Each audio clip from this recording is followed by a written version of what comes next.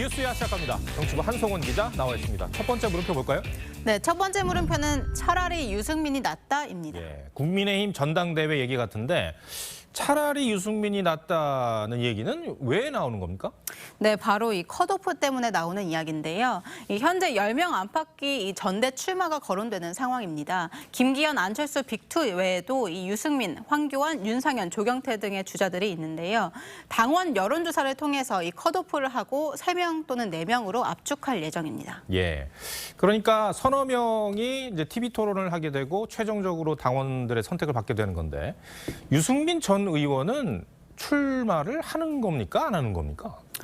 유 전 의원을 보면요. 출마가 불투명한 상황입니다. 이 당원 투표 100%로 뽑게 되는데 이 당원들에게는 후한 점수를 받고 있지 못한 상황인 거죠. 예. 아직 결심 못했습니다. 결심이 서면 국민들께 밝힐 겁니다. 제 출마 여부를 가지고 뭐 내기를 하고 이러지 마십시오. 네, 여기에다가 이 기존의 유 전 의원을 지지했던 전현직 의원들도 대부분 지지를 철회하고 있는 상황입니다. 지지율도 낮고 이 사람도 없어서 출마가 쉽지 않다 이런 분위기라고 합니다. 유 전 의원이 만약에 나오지 않는다면 누가 본선에 올라갈 가능성이 있을까요? 이 컷오프를 4명으로 하면요. 4, 5% 지지율을 꾸준히 유지하고 있는 황교안 전 대표랑요. 네. 2% 안팎의 지지율을 가진 윤상현 의원이나 조경태 의원이 본선에 올라갈 가능성이 있습니다. 만약 3명으로 하면 황교안 전 대표 혼자만 올라갈 가능성이 있습니다. 그런데 이 문제는요. 황 전 대표가 그동안 당에서도 쉽게 수용하기 어려웠던 주장들을 해왔다는 점입니다. 예를 들면 어떤 주장들이죠? 먼저 지난 총선 때 부정선거가 있었다는 주장입니다. 네. 물론 그동안 이 제기됐던 의혹 중에는요. 이 부정선거가 있었던 것으로 볼 만한 정황들이 있었던 것은 사실입니다. 하지만 이 국민의힘 내에서는 확실한 증거가 없다고 보고 문제 제기 자체를 하지 않고 있는 사안입니다. 그런데 황 전 대표는요. 그동안 이 문제들을 집중적으로 파헤쳐왔습니다. 사회로는 부정선거라고 하는 것 바로 잡아야 됩니다. 이거 정치 문제가 아니라 정의의 문제예요. 결국엔 전당대회가 부정선거 논란으로 혼탁해질 가능성을 걱정하는 거네요. 네, 맞습니다. 이 국민의힘은 다음 달 15일 TV조선을 시작으로요. 4번의 TV 토론을 하게 되는데요.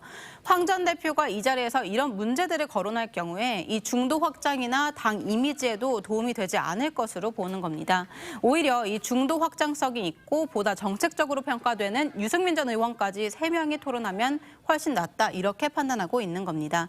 여기에다 유 전 의원이 나오면 김기현 의원보다 안철수 의원과 지지층이 겹치기 때문에 1차 투표에서 김 의원이 과반을 얻는 데 도움이 된다는 게 당 주류의 생각입니다. 네, 경우의 수가 복잡하네요.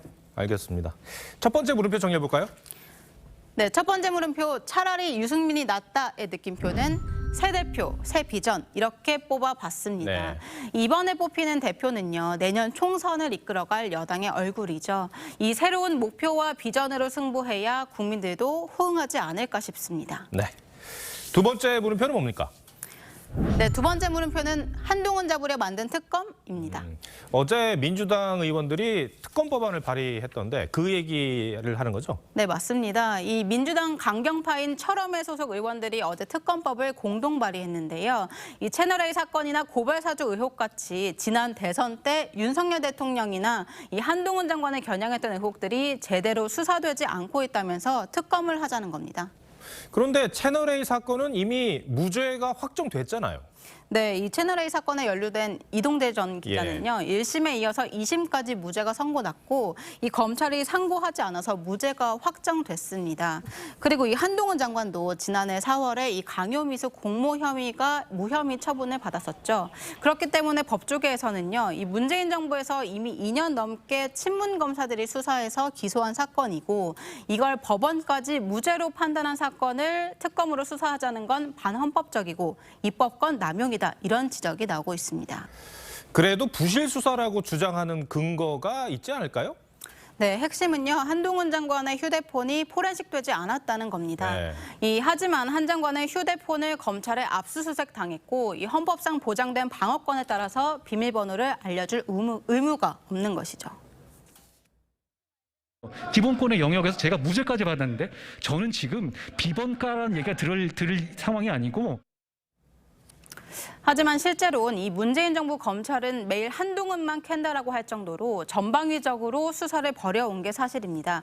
이미 언론사 압수수색, 이 이동재 전 기자의 자택, 또 이 전 기자의 가족의 자택까지 압수수색하면서 이 휴대폰과 노트북을 확보하고 과잉 수사 논란도 있었습니다. 심지어 이 전 기자의 휴대폰을 가져가는 과정에서 검찰이 압수수색 영장도 보여주지 않아서 법원에서 위법하다 이런 판단을 받고 증거 능력을 상실하기도 했습니다. 이 특검 법안에 올라간 다른 의혹들은 어떤가요?